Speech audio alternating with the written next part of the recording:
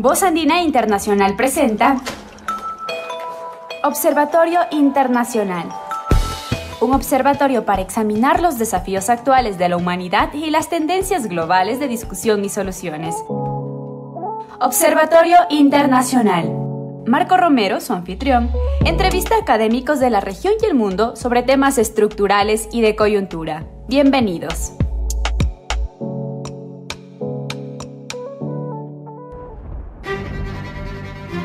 Buenas tardes, señores oyentes y aquellos que van a ver en YouTube este programa.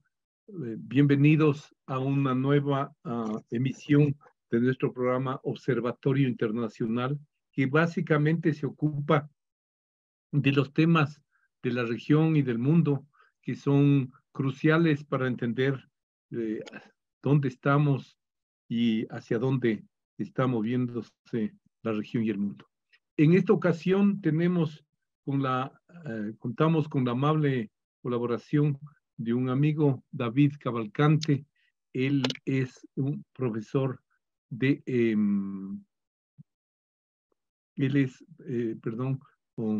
es licenciado en Ciencias Sociales, magíster en Ciencias Políticas y doctor en Trabajo Social por la Universidad Federal de Pernambuco, en Brasil.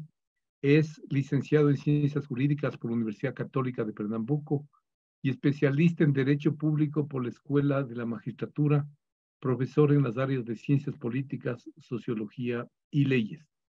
Actualmente es profesor visitante de la especialización en Ciencia Política de la Universidad Católica de Pernambuco y colaborador del editorial Mundo del portal Izquierda Online. Bien, muchas gracias una vez más a David, bienvenido. Sin más, el objetivo de este programa sería que nos ayude, David, a entender algunos de los procesos que se están desarrollando en Brasil, sobre todo luego de la reelección dificultosa, pero importante, muy importante de Lula a un tercer mandato.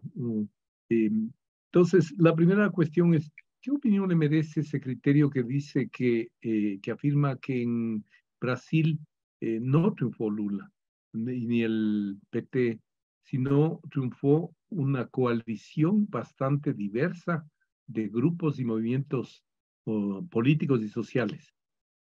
¿Qué opinión tendría, David? Buenas noches, Marco Romero. Gracias por la invitación. Un saludo muy fuerte, caliente a los quiteños, los ecuatorianos. Te cuento que Brasil está en una crisis política muy fuerte. Un país fracturado. La victoria de Lula ha significado realmente un sentido de defensa de la democracia en el país. Varios actores políticos, partidos, movimientos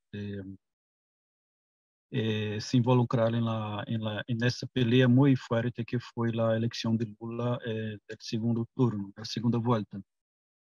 Y ahí hay una trayectoria muy larga que tiene que ver con un fenómeno recién en Brasil, como hacía tiempo que no existía, que es el crecimiento de la extrema derecha en el país.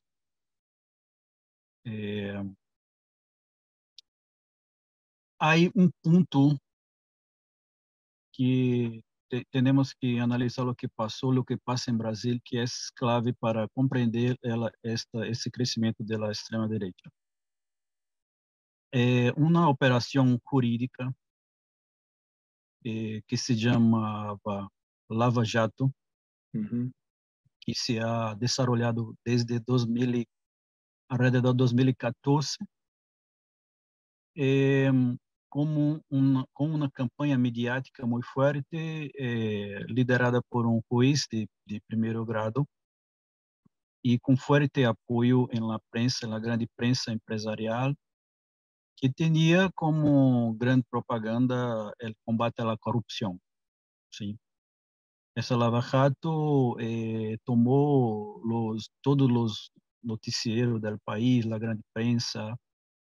Y antes de la Lava Jato, en 2013, se passou um processo de mobilização social que se chamou las Jornadas de Junho, que ha sido o mais grande movimento de protestas espontâneas populares desde a luta por las eleições diretas em los anos 1984, né? Que foi onde a crise da ditadura brasileira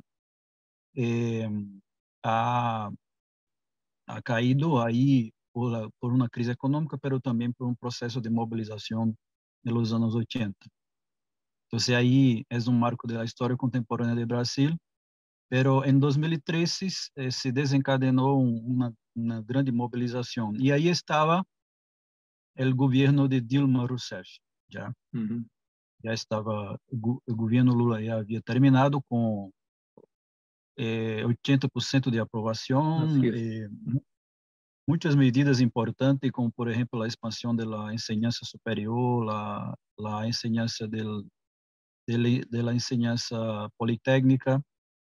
Temos um sistema acá, Romero, que se chama la Red Federal de Enseñanza, que é mantenida por la União, não? Você sabe que somos uma federação e há uma divisão de funções na Constituição que estabelece algumas obrigações de los estados, de las unidades federadas, estados, municípios de la União. E para que sepa, por exemplo, esta política do governo Lula e Dilma generou uma política de criação de unidades tecnológicas públicas federais em quantidade superior a todos os presidentes que já existiram no Brasil, né? Então, mais de 200 unidades foram criadas, unidades politécnicas, e também uma quantidade de dezenas de universidades públicas em las regiões mais distantes do país. Por exemplo, essa foi uma questão importante de los governos Lula e Dilma. A outra também foi a alça do poder real do sueldo básico, ¿no? Em Brasil, que se generou aí as mais grandes alças desde a caída histórica que venia da ditadura militar. Entre outras questões, não? O projeto de desenvolvimento nacional, a inserção do Brasil na cena sul-americana e internacional, eram principalmente com medidas sociais que incluíram uma parcela gigantesca da população brasileira no sistema de consumo e no sistema de serviços públicos de educação, saúde e emprego. Entonces, perdón, una interrupción. Allí me interesaría saber, dentro de estos programas educativos, estos programas sociales, ¿estaban articulados también con el programa que le dio mucha fama a Brasil, que le llevó a dirigir la FAO, al dirigente brasileño que lideró el programa Hambre Cero en el nordeste y zonas muy pobres, que fue muy importante, o estaba articulado con estos o no? Este é um programa mais específico direcionado para a população de extrema pobreza, já? Que se chama Bolsa Família, né? Beca, em espanhol é beca, pero em português é um auxílio que incluía as famílias mais pobres de extrema pobreza, com obrigação de poner os niños en la escuela. Los niños Ahora, pero este conjunto de programas sociales fue posible, así como en otros gobiernos de la izquierda latinoamericana, por la bonanza de los precios de las materias primas, fundamentalmente. Isso é uma variável que sim é verdade, pero a estratégia general do governo Lula, mais o governo Lula e o primeiro governo Dilma, porque o segundo já se passou uma inflexão mais liberal, né? O segundo governo Dilma. Pero uma visão mais keynesiana de intervenção na economia, de estímulo, não? Uma forte participação do Estado nas políticas públicas e de políticas de inclusão social, não? Sem a intervenção estatal, não seria possível essas políticas públicas. E aí, claro, em la parte de saúde, educação e o combate à extrema pobreza, e inclusão de uma parcela gigantesca da população jovem em las universidades, tanto no setor público como no ensino, la enseñanza politécnica, e também no setor privado, né? O setor privado de las universidades também generou uma política de subsídio para ingresso de los estudiantes que não logravam acceder a los cupos públicos.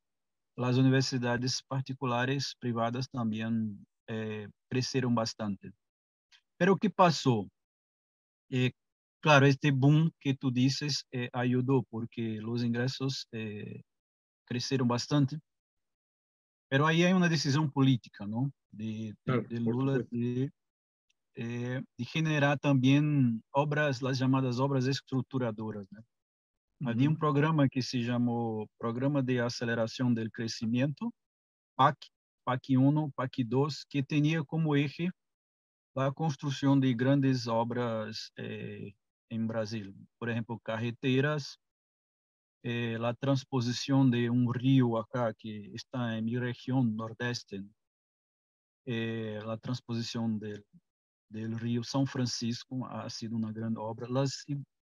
Os programas de hidrelétricas também, na região norte, Xingu, Jirau, programas de, por exemplo, aqui relacionados ao setor petroleiro, refinarias aqui em minha região, na refinaria Abreu e Lima, não? Que ha sido também, ao princípio, um projeto com a PDVSA venezolana.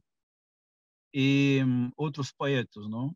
De estímulo à industrialização e à geração de emprego e criação de obras de estrutura, né? De grandes estruturas, também relacionada a esse setor da construção civil. É um forte programa que também nasceu do mais grande programa de todos os tempos em Brasil de construção de habitação popular, de vivendas populares.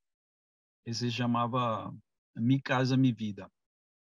Esses 14 anos, ou seja, os 12 anos, os 8 de Lula e os 4 do primeiro governo Dilma, estão registrados como os governos que mais generaram programas de construção de vivendas populares.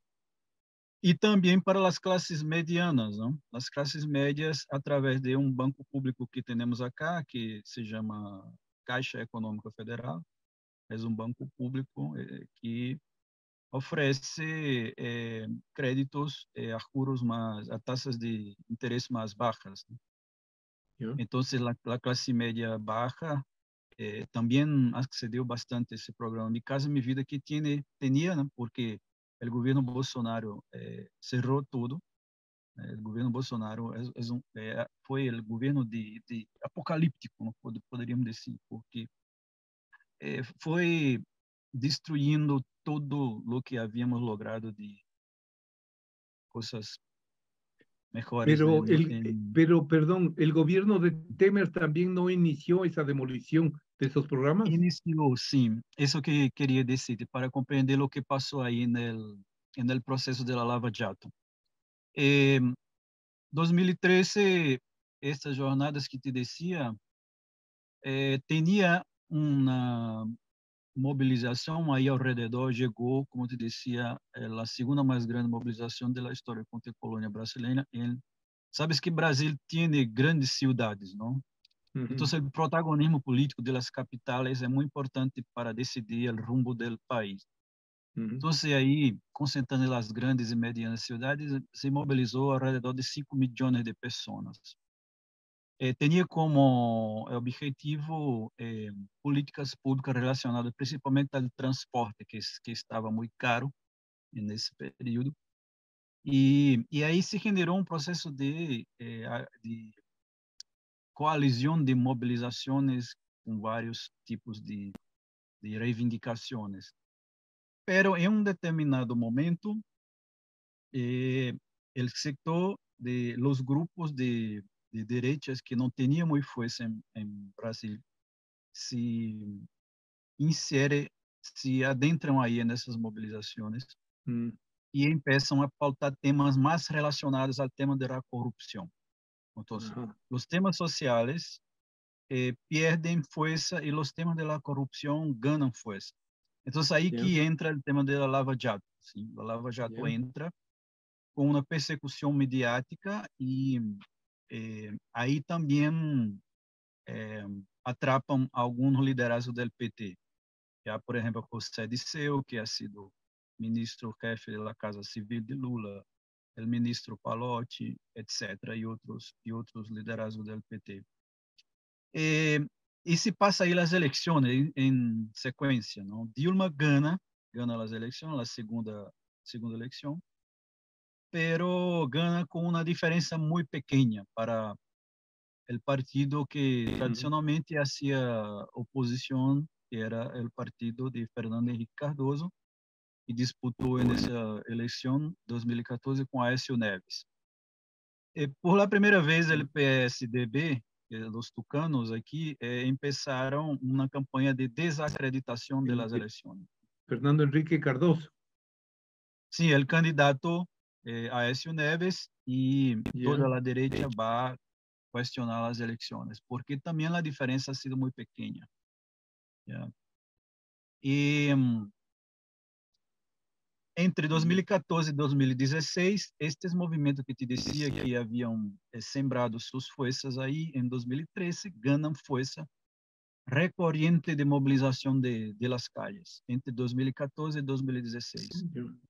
Então, aí empieza movimento também relacionado à crise econômica que o segundo governo Dilma se genera, que é uma crise de la recessão de la economia nacional.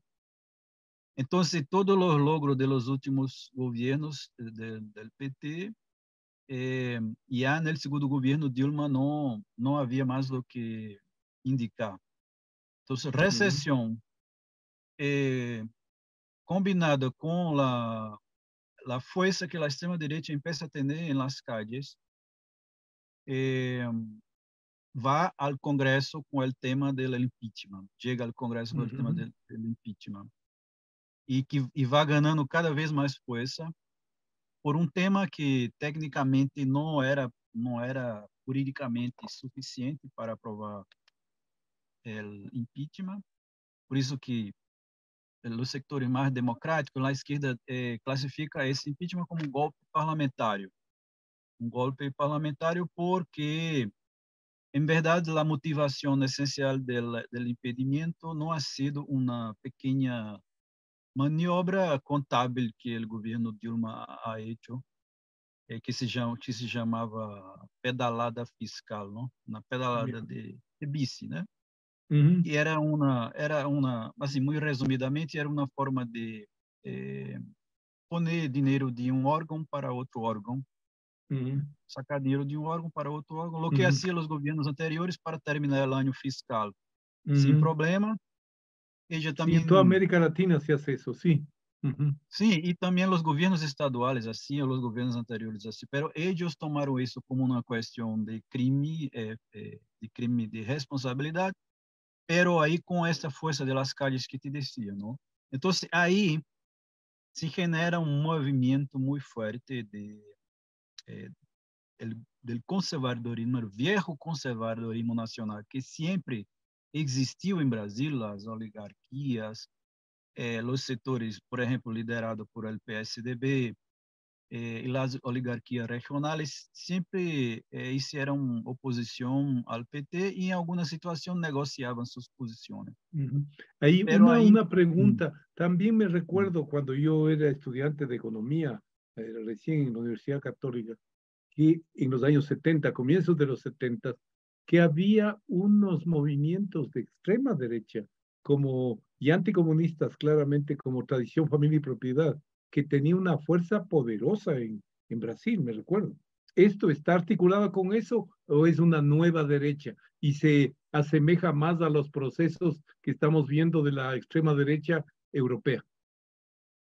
es un fenómeno nuevo, porque a este a que tú se refieres está en plena dictadura, ¿sí? Ahí había claro, un régimen que oprimía y también imponía una visión militarista de la sociedad, ¿no? En los años 60 y 70 había en Brasil, lo que tú dices, pero lá, al final de los años 70, esos movimientos prácticamente se acabaron, porque la oposición democrática, el movimiento sindical, el movimiento estudiantil, campesino, los sectores más democráticos de la propia política de centro, cresceram bastante e foi o movimento que logrou derrotar a ditadura de Figueiredo, ¿no? Y se Ahora, acabó en... una cuestión que me parece muy interesante saber es esta regresión económica, política y social que se produce, que arranca con Temer y se profundiza con Bolsonaro, ha llegado a situar a las clases medias, los sectores populares, en una situación anterior a la que tuvieron cuando se dieron todas esas mejoras con Lula y Dilma. Sí, eso es verdad, porque el problema de la recesión económica que empezó en el gobierno Dilma ha sido una tragedia, ¿no? Y Básicamente la también caída del petróleo y el la déficit caída del fiscal. petróleo, la caída de las commodities y también había ahí en el gobierno mismo, sabes que, claro, que ahí estaba el bloque que era dirigido, liderado por el PT, pero las características personales también tienen un poco de influencia ahí, porque Por se supuesto. generó también una pelea interna Ujú. dentro del PT y la relación de Dilma con sectores del propio partido y del movimiento sindical de izquierda no Se estaba tan deterioró. buena. Ujú. Entonces, un problema que se generó fue que en la defensa del propio gobierno, las grandes organizaciones sociales que tenemos en Brasil, porque sabes que el Partido de los Trabajadores es el más grande partido de izquierda de las Américas, ¿no? Así es, Y así es. tiene relaciones sociales profundas en la sociedad, tiene Pero dirigentes sindicales. ahí me parece necesaria una pregunta. Em, Uno de los fenómenos que se ha producido en toda América Latina en los últimos 20 años, en lo que va de este siglo, o es una desindustrialización, pero particularmente en países que eran muy avanzados en eso, como Argentina, como Brasil. ¿Eso no ha reducido también la fuerza de los trabajadores, los sindicatos? Sí, iba a llegar ahí. Eh, el proceso de reestructuración productiva ha fragmentado bastante la vieja clase obrera brasileña aquí, que tenía muy fuerza principalmente ahí, justamente donde ha nacido el Partido de los Trabajadores, en São Paulo, ¿no? En la región de la BCD, en los grandes centros industriales, va así perdiendo fuerza por la fragmentación de la reestructuración productiva. Entonces ahí se genera un proceso que es también de las nuevas tecnologías, ¿no? Entonces las tercerizaciones y la clase misma más homogénea que existía en el Brasil hasta los años 80 va perdiendo fuerza y va ganando fuerza un fenómeno social que eh, también relacionado a dos cuestiones, que una es la ideología y la fuerza del emprendedorismo en Brasil, Mm.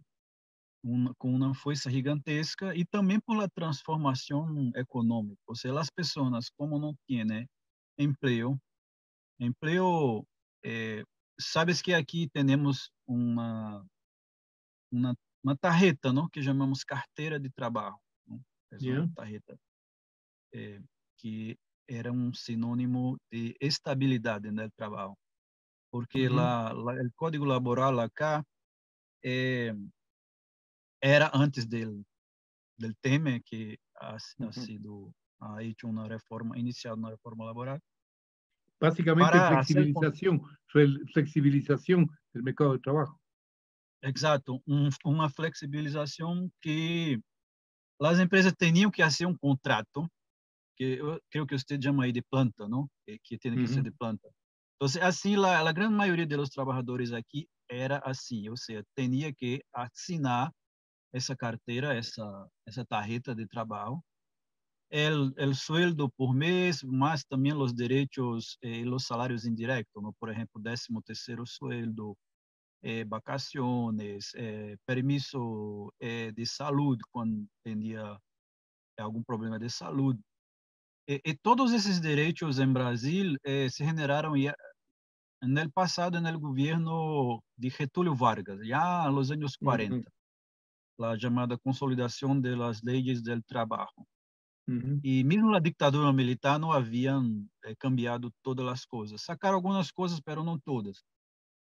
Pero a reestruturação produtiva adentrou com força para desorganizar a organização sindical, o poder dos sindicatos, e também neste fenômeno de los pequenos empreendedores. Temos cifras gigantescas em Brasil, por exemplo, estava mirando hoje dia, que se pode chegar a cerca de, ao redor de 40 milhões de pessoas que se chamam empreendedores.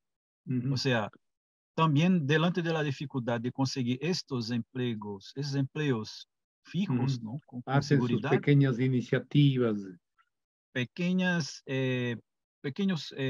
carritos aí de hot dog, de comércio informal, No, setor de serviço, ou seja, as famílias que se involucram, que se conviertem em pequenas empresas para ser con muy pequeño torta. capital y con muy pequeño...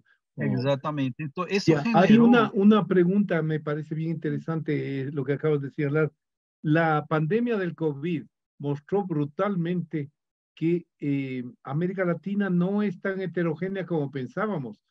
Más o menos, grosso modo, el 60% del empleo es informal y el 40% en el mejor de los casos es formal, con contratos, con vacaciones, con seguridad social, etcétera. En el caso del Ecuador es menos que eso, pero eso lo hemos visto desde México hasta Chile. ¿En Brasil pasa igual? Então, esta precarização que tinha sua força, já vinha desde os anos 90 como um fenômeno global.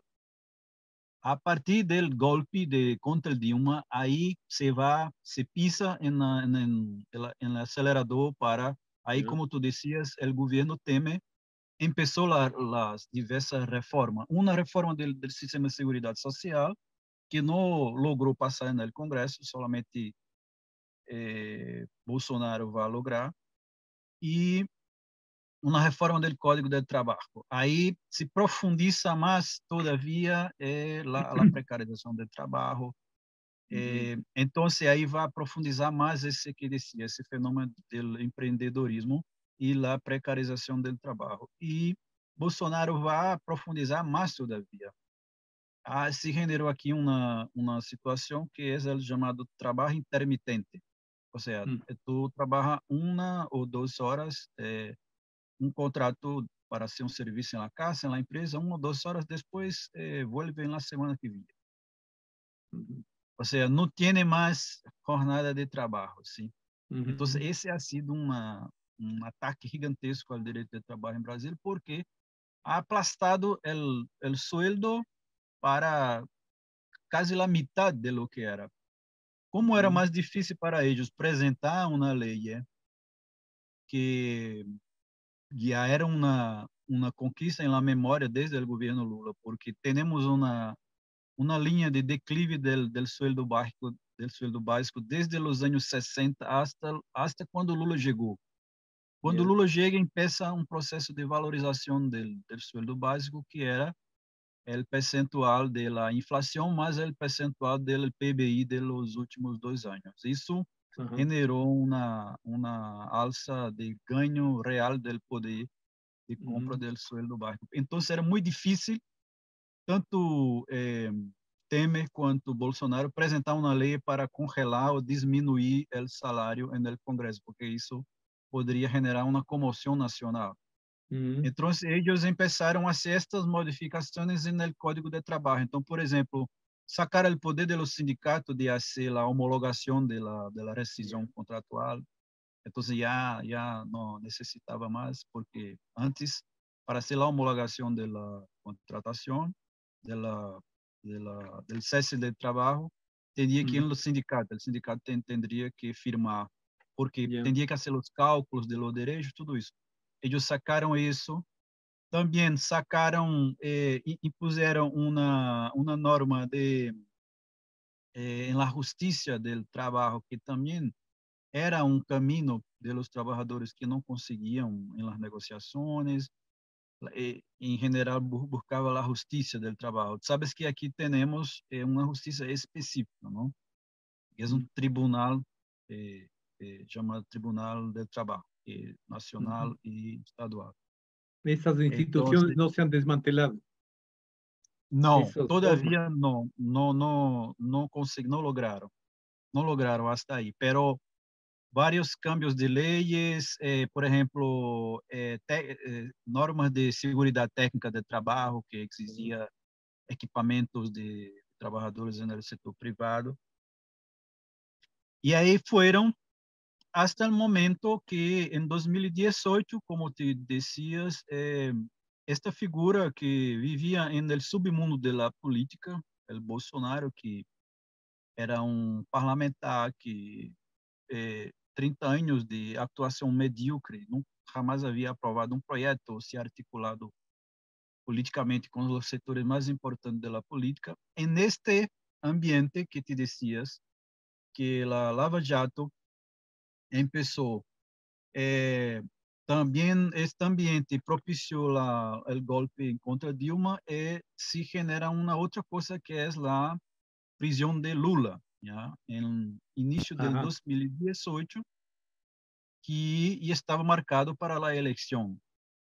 E Lula estava no primeiro posto nas encuestas, em contra o governo Temer, que vai terminando seu mandato de 2 anos com menos de 5% de aprovação. Então, o caminho era Lula volver, mas aí a Lava Jato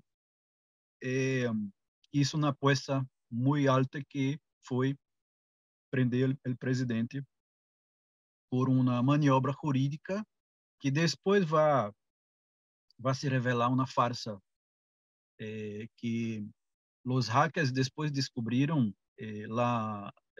o envolvimento deste juiz, Sérgio Moro, com a fiscalia. Havia um conluio, uma combinação que os hackers depois descobriram, porque adentraram em los grupos de WhatsApp da fiscalia e descobriram que havia toda uma combinação de generar processos midiáticos para que esta classe média, que sempre foi, pero aí com essa campanha contra a corrupção ha sido mais forte todavia, quisiera poner todos en la prisión. La grande solución mágica era poner todos en la prisión y como si fuera la gran solución de los problemas del país. Entonces, y ahí Lula ha sido preso. Ahí ha sido una conmoción nacional. Yo incluso estuve ahí en el día que, después te indico ahí también para que, no sé si ahí llega en español, pero un libro que trata un poco de esa historia, voy a indicar ahí para los... Fernando Moraes. Este va haciendo una narración en detalle de lo que pasó. Pero ha sido un gran choque nacional la prisión de Lula. Y en el marco de también una ruptura de una tradición jurídica en Brasil, que era no prender, no detener las personas hasta que se llegara al último grado de recurso. La sentencia. Y ahí el grado de recurso hasta el Supremo. En el caso de Lula se ha roto esta tradición. Incluso fue el habeas corpus para votación, y la votación fue 6 votos en contra y 5 a favor. Por un voto, y en menos de 24 horas el juez del primer grado, Sérgio Moro, decretou a prisão de Lula e levou ele para sua jurisdição, que é Curitiba, uma Ya. cidade que se queda cerca de São Paulo. Pero Lula, com toda com toda segurança, com toda dignidade também, enfrentou o processo e aí em la prisão e hizo questão de quedarse aí porque lhe ofereceram vários acordos para que ele assumiera a culpa e ele sempre dizia que era inocente e não ia assumir a culpa, que algum dia iria provar isso, e depois de quase 600 dias de prisão, de toda uma peleia política em los organismos internacionais, inclusive no Comitê de Direitos Humanos da ONU, Sí, sí, sí. mobilizações no país, e depois que se revelar o conluio da fiscalia com o juiz, a própria Lava Jato vai se perdendo força Ujú. porque se revelou um projeto político. E depois o juiz se ha convertido em ministro del Bolsonaro. Sí, sí, ¿Ya? sí, no me recuerdo eso. Ujú. Bien, ahora tú dijiste unas dos cosas que a mí me parecen fundamentales, un poco para entender la estabilidad y el futuro inmediato, al menos hasta 2002, los dos próximos años. El intento de golpe que se ejecutó por los seguidores de Bolsonaro y que muy probablemente fue preparado también con sectores militares y otro, fue un intento muy serio en la historia brasileña. ¿No hay posibilidades de que eso vuelva a producirse? Então, este último capítulo é um ponto de chegada que começou com a vitória de Bolsonaro. Ya. Porque que passou? Um sector da grande burguesia, de los grandes empresários, apostaram em Bolsonaro como se fosse uma salida em contra o PT, porque se generou um sentimento que se chamou aqui o antipetismo, não? Ou Ya. seja, grande setor da classe média e setores do grande empresariado, incluso aí as grandes empresas mediáticas, meio que cerraram os olhos para as barbaridades que Bolsonaro já falava desde antes, Ujú. defesa da ditadura, defesa das torturas, em contra dos direitos humanos, em contra das reservas indígenas, e pensavam que ia controlá-lo. Não? Não, quando ele chegar allá, nós outros controlamos, pero o objetivo dele não era esse. Ele nunca ha sido um louco, como se dizia em alguns sectores. Ele tinha um objetivo que era justamente ir cerrando o régimen brasileiro. Não? Despacio, ele planificou medidas para ir cerrando o régimen. Entonces, por ejemplo, de los objetivos de él era desprestigiar la Suprema Corte. Ya. Entonces, hacía comicios de masas, ¿no? Actos públicos de masa para enfrentar a los ministros de la Suprema Corte. E lhe puteava, de todas as formas para desprestigiar. Então, se generou todo um sentimento mais forte todavia de antipolítica, não? De antipolítica, de anti-instituições. Então, aí, de hecho, um sector da extrema-direita se começa a mais organizar, pero aí com outro componente muito importante, aliás, dois componentes que não posso olvidar. O primeiro é que, neste largo fenômeno social que te dizias, que o Brasil vai aí, a lo largo de los 20 anos passar, é o crescimento de las igrejas evangélicas. Crescido sua influência, e justamente a isso os principais, não são todos, pero os principais líderes são de direita, com um discurso, com uma Fanático propaganda religioso. moralista, religiosa e moralista. Aí tem discursos abstratos, pero que conseguem apoio. Defesa da família, em contra do aborto, vários temas que contra o LGBT, não?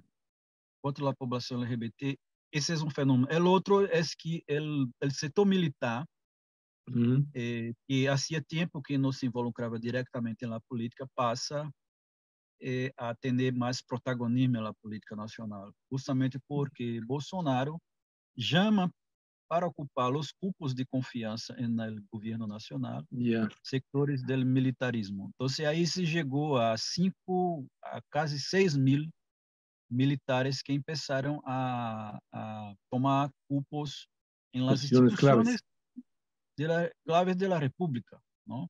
Então, onde podia ponia militares nas empresas estatais, nos órgãos de fiscalização que começou a assumir para também diminuir suas forças, esse caso do setor ambiental, que hacía, ele não acabava, ele nombrava militares e esses militares começavam a esvaziá-los, não?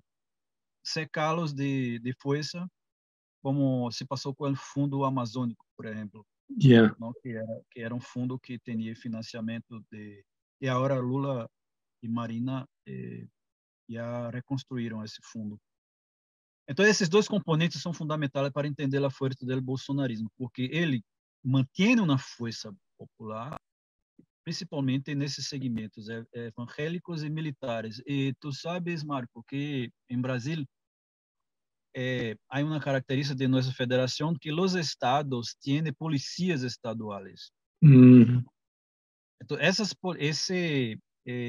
esses regimentos estaduais são muito numerosos, são mais grandes que as Forças Armadas Federais. E todo o discurso de Bolsonaro sempre foi para ganhar estes segmentos. Por exemplo, aqui em meu estado, que tem como 10 milhões de habitantes, tem aí ao redor de 50.000 polícias estaduais. Vai para Rio, São Paulo, Minas Gerais, os estados mais poblados, Bahia tem muito mais. Então, esse segmento se converteu em um segmento militante do bolsonarismo, que é o fenômeno mais forte. Porque o bolsonarismo é um segmento da extrema-direita brasileira. Vai compor esse governo, esse núcleo mais familiar, que é a família, ele como cabeça, os hijos que também adentram e reforçam o mundo da política, o agronegócio, que assume como fosse o Ministério da Agricultura, esse sector evangélico é outro segmento, e o Ministério da Economia se converte em um superministério com Paulo Guedes, que vai dar uma estratégia de ultraliberalismo para o país. Então, é uma combinação. Então, definimos acá, alguns segmentos definimos como neofascismo, que é um fascismo de nosso tempo que mobiliza sua forma, se utilizando as redes sociais com força, principalmente por WhatsApp, Instagram, Facebook e Twitter. Bolsonaro se ha convertido em um grande fenômeno a partir da utilização destas redes sociais. Então, essa combinação social, este ambiente de crescimento da extrema-direita, e esta força destes segmentos evangélicos militares, de hecho, forneceram uma força social à extrema-direita e o bolsonarismo como liderazgo desse processo. Então, somente Lula tinha força, e isso se demonstrou, incluso com muitas dificuldades, muitos problemas, porque a máquina estatal trabalhou bastante para impedir a eleição de Lula. Por exemplo, ha sido recorde de denúncia no Ministério do Trabalho, as denúncias de coerção dentro das empresas para que os empresários começaram a fazer em contra o voto em Lula. Se registraram mais de 3.000 denúncias. Ahora, para tener una idea de digamos, esas fuerzas que tú identificas aliadas a Bolsonaro van a seguir actuantes. ¿Qué tan firme son las bases de esta coalición que puso a Lula en el poder? Sim, aí vou chegar. Para que compreendamos o que dizias aí do intento de golpe, ¿no? De ahora de 8 de Ajá. enero. Entonces, Bolsonaro moviliza todo este seguimiento y más el fuerte aparato estatal, incluso las policías, por ejemplo, crees que en mi región ofrece altos percentuales de apoyo a Lula, como 60, Ya, 70%. Nordeste, que es la región más que pobre. más se beneficiou das políticas sociais e de onde Lula ha nascido aqui, no, em meu estado, em uma Ya, cidade cercana aqui, a 200 quilômetros. Antes de ir para... É um capítulo, não vou desarrollar muito, mas Brasil também existe uma fratura regional grande. ah, sí, claro, claro. Outro dia hablamos de isso, mas também é um capítulo, porque Lula também se apresenta como representante de los sectores mais oprimidos de minha região aqui, Ya, que é o Nordeste. Então, volvendo, mesmo com essa força, Lula ganha, mas para ganhar exatamente, ele faz uma coligação que se chamou informalmente de Frente Ampla. Aí ya, segmentos mais demócratas, por exemplo, o vice de Lula, claro. Geraldo Alckmin, ha sido governador de São Paulo e havia disputado a eleição contra o PT para a presidência antes. Ujú, ujú, Foi invitado a cambiar de partido e cambiou para o ujú. Partido Socialista Brasileiro, que é um partido que tem Reconquistó a Marina Silva, que antes era opositora, ¿no? exatamente Marina, que estava rompida com o PT, está em outro partido agora, se chama Rede Sustentabilidade, e outros segmentos a política que tem força em las regiones, nos estados. Então, Ya, também Lula aplicou estas táticas em los estados e tentar desprender os sectores locais rescatables.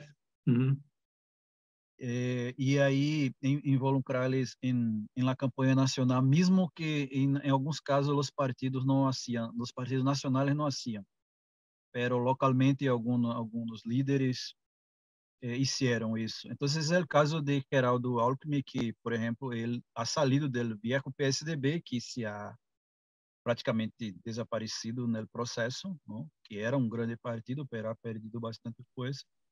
E também a Simone Tebet, que é esta senadora que se destacou junto com Marina, que ella, a Simone ha vindo del MDB, que é ya, el um movimiento partido democrático brasileño. exatamente um partido, por exemplo, o partido de Temer, pero ella se ha afastado de Temer e também com sua influência ha atraído outros segmentos. Então, esse sector, esse alcançou uma votação que foi difícil. A diferença ha sido 1,8%, né? Muy Foi poco. alrededor de 2 milhões para Brasil, é muito pouco. Ya, E uma coisa ha funcionado bem nesse processo. Primeiro, as instituições do setor jurídico, no, que estavam ameaçados por la ofensiva autocrática do bolsonarismo, reacionou também, garantizou o funcionamento das eleições, o Tribunal Superior Eleitoral, não se amedrontou e também iniciou processos em contra alguns líderes políticos que tentaram, a partir de suas intervenções públicas, estimular a ruptura institucional, não? Porque ya, já haviam várias iniciativas aisladas, né? Discurso chamava o golpe com xingamento dos ministros, etc. Então, a reação do Supremo Tribunal, do Tribunal Superior Eleitoral e principalmente da Câmara do Senado, né? O Senado, ao contrário da Câmara de Deputados, também se quedou firme na defesa da democracia. Incluso, ya, no processo antes das eleições, aprovou uma comissão parlamentar de inquérito para investigar, por exemplo, a política do governo e de vários segmentos no processo de Covid, não? ujú, De ujú. las campanhas Sí, de saúde, e aí se generou é outro tema, muitas Claro. corrupções e negacionismo da Ujú. ciência, promoção de medicina e que não, a cloroquina, não sei se chegou Ah, aí, sí, sí, sí, pero claro, sí, sí me recuerdo. Que él se tomó, ¿no? Con Bolsonaro se pegó. exatamente, ele hacía propaganda disso, depois se ha descoberto por quê, porque alguns setores estavam ganhando com a venda desta medicina. Mm. Eh, e o Senado sim foi muito assertivo nessa questão. A Covid Ujú. produziu, a comissão parlamentar se produziu um relatório muito grande que hasta agora está generando investigações aí. Ajá. Então, ele perde, pero não aceita a Ujú. derrota. Ujú. Se passa uma semana sem Sin falar reconocer. sem Ujú. reconhecer, sem falar com o público. O tribunal garantiza o processo, valida o processo.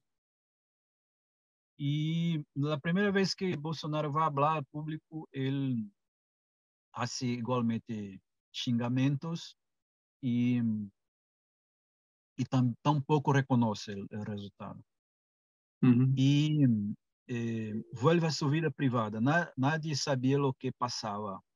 Pero depois se ha descoberto que agora, justamente depois do 8 de janeiro, que havia um processo de conspiração, estava em curso um processo de conspiração eh, que involucrava setores do empresariado do agronegócio, principalmente alguns segmentos militares Ujú.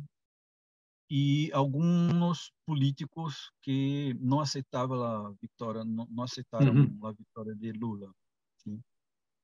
Então, ele huye para Estados Unidos antes de 1º de janeiro, que é a fecha Así que es. dá a possessão de Lula, huye para os Estados Unidos. Pero antes se passaram algumas ações. Por exemplo, se passou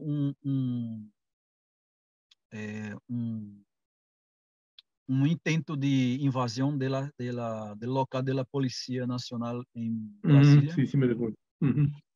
uma revolta aí, pero com a leniência das forças militares, essas estaduais que te falava. Em Distrito Ujú. Federal Ujú. também tem uma polícia estadual. Ujú. E aí se foi também, por exemplo, um atentado, se desbaratou um atentado com uma bomba cercana do aeroporto. Um tipo puso uma bomba aí cerca de um caminhão de gás. Ujú. E também uns segmentos começaram a ser campamentos delante de los quarteles Ujú. em Ujú. várias cidades do país. Não eram grandes, Ujú. pero aí era uma coisa muito rara, porque a lei brasileira impede sequer que tu pare tu auto delante do quartel. Ujú. Yeah. Pero aí Pero acá no estes actuaban. aí começaram, aí passaram a dormir, levar comidas, segurança, em alguns casos dinheiro, e a cúpula militar cerrou Ujú. e não hizo nada. Pero, e Ujú. aí começaram a ter mais ousadia, atividades, corte de rutas, e existia hasta el 8 de janeiro. ¿No? Ujú. Entonces, el Ujú. 8 de janeiro ha sido como uma fecha final de todo esse processo pós-eleições e também del não reconhecimento del Bolsonaro a aclamação de las urnas. ¿No? Ujú. Sí, ahora ya nos quedan pocos minutos. Ha sido muy interesante conocer todos estos detalles, pero yo te preguntaría dos cosas y para contestarlo más precisamente. La una es, eh, estas conspiraciones, esta no aceptación de los resultados democráticamente, eh, ¿ha pasado? ¿Está superado? Não completamente, verás. Esta ação del 8 de janeiro ha generado uma repulsa nacional em contra eles. E internacional también. Internacional, porque por la primeira vez todo aquele discurso, ideologia que era em contra la corrupción, contra el PT, en defensa de la libertad, se cayó por falsa práctica, ¿no? Entonces, se dañaron, no sé si has visto, Marco, las imágenes de los videos, ha sido un vandalismo completo. Ajá, sí, sí, claro, claro, sí vi. Yeah. Brasília es una ciudad que se queda de las grandes capitales por lo menos 30 horas de viaje de autobús. ¿Ya? Entonces, de Recife, de Belo Horizonte, São Paulo, hay una distancia grande. O sea, no es tan fácil hacer un protesto en Brasilia. Lo que pasó ahí fue a organización de más de 100 autobuses pagados por el empresariado para las personas viajarem gratuitamente, incluso algunos ganando plata para irse allá. Entonces, la cantidad de personas no ha sido tan grande, como 5.000 personas, pero la acción fue muy ousada, y generó una unidad y una defensa más grande todavía del gobierno Lula, y por gobernadores, ministros, políticos de todas las tintas ahí, porque foi uma ação muito bárbara, não? Yeah. E a justiça está atuando. Se ha detenido centenas de eles, muitos estão detenidos. Há processos em caminho. Mas a pergunta que haces é se acabou, verás. O bolsonarismo é um fenômeno que tem raiz em Brasil. Tem raiz em um segmento social que se manifestou em la política, que tem força em setores das Forças Armadas e setores del evangelismo de derecha. No, muy, muy grave entonces la situación, pero la pregunta sería ahí para terminar. ¿Qué puede hacer Lula? ¿Qué estrategia ha diseñado para enfrentar este riesgo que pende como espada de Damocles sobre su gobierno? Sim, por um lado, há iniciativas importantes que já tomou, por exemplo, a intervenção federal em la Policía del Distrito Federal, porque la Policía del Distrito Federal es la responsable por la defensa de las instituciones de la Unión, el Congreso, el Palacio del Gobierno. Aí há uma intervenção aí que durou 30 dias e isso uma apuração fantástica com levantamento de los responsáveis, indicando todos os caminhos por um lado é isso, ou seja, ser implacável em contra os golpistas. Essa é uma questão importante. A outra é por isso que há segmentos acá que defendem nenhuma anistia a los golpistas. Já. E isso vai generar também, mais temprano ou mais tarde, involucramento da família de Bolsonaro, porque há vários indícios do involucramento dele e de seus hijos.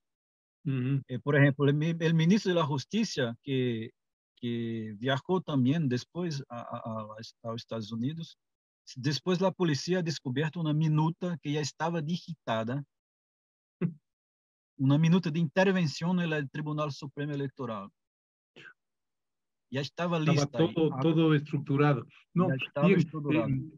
Te agradezco muchísimo por tu participación. La segunda cuestión, dame más un minuto solo, Marco, rapidito. La segunda cuestión es que el gobierno Lula tiene que hacer cambios económicos importantes, eso só para cerrar. Las medidas... Para generar una base de apoyo. Exactamente, o sea, la cuestión del empleo, de los salarios, de los sueldos, recuperação do programa de saúde pública que ha sido destruído, de las universidades, la generação de uma dinâmica econômica que pueda recuperar as taxas de crescimento. Então, uma combinação de fatores que pueda, junto com a persecução de los golpistas, creio que pode generar um cenário mais positivo. E vai se quedar aí para outro dia, charlamos acerca de lo que puede ser también, pero... En la escena internacional, en la política exterior. Pero una pregunta con lo último que acabas de decir. Me recuerdas mucho lo de Petro en Colombia, pero Petro también, para poder sostener su programa, inició con una reforma fiscal muy, muy, muy dura, muy sólida. Transó transó efectivamente el monto de esa reforma, planteó inicialmente unas metas muy altas, la bajó, pero para generar los recursos indispensables para hacer la política que tú señalas, se necesitan recursos. ¿Cómo se va a manejar eso en Brasil? Y con Entonces, esto el sí ministro de la terminaríamos. Economía, el Sí. ministro de la Economía, que es Fernando Haddad, presentó una estrategia para el semestre que es la reforma tributaria. Ajá. Esta es importante, pero vamos ver lo que va a pasar, porque una de las cosas que está pendiente desde la Constitución de 88 es la aprobación del impuesto a las grandes fortunas, que no ha sido Ya. jamás regulamentado en Brasil. Ujú. Y hay otros puntos que tiene que, además de la simplificación del sistema tributario nacional, que es muy complejo, había que también tener más impuestos al capital, ¿no? A las transferencias de las rentas de las grandes empresas, que la tributación es muy pequeña, los dividendos Ya. a la- a la- a la- Grandes a los fortunas y grandes grandes transferencias. ejecutivos prácticamente no son tributados. Ese es un Ujú. tema que el gobierno va a tener que enfrentar justamente para generar más renta para poder hacer políticas públicas, porque si no tiene plata no hay cómo hacer, ¿no? Así es, así Eh, es. es un tema Perfecto. y espero que también avance en ese proyecto de integración de Sudamérica, ¿no? Ujú. Que Perfecto. David, había que darle muchísimas ahí. gracias por esta hora que nos has brindado. Muchas gracias, estimados oyentes. Gracias y esperamos conversar próximamente sobre el tema más de la política exterior que me parece muy relevante. Muchísimas gracias, David. Buenas Te lo noches. agradezco, Romero. Un fuerte abrazo a los ecuatorianos, a los amigos y internautas. Listo, muchas gracias. Marco Romero, anfitrión del programa Observatorio Internacional, les agradece su sintonía a este programa. Observatorio Internacional, una producción de Voz Andina Internacional. Hasta pronto.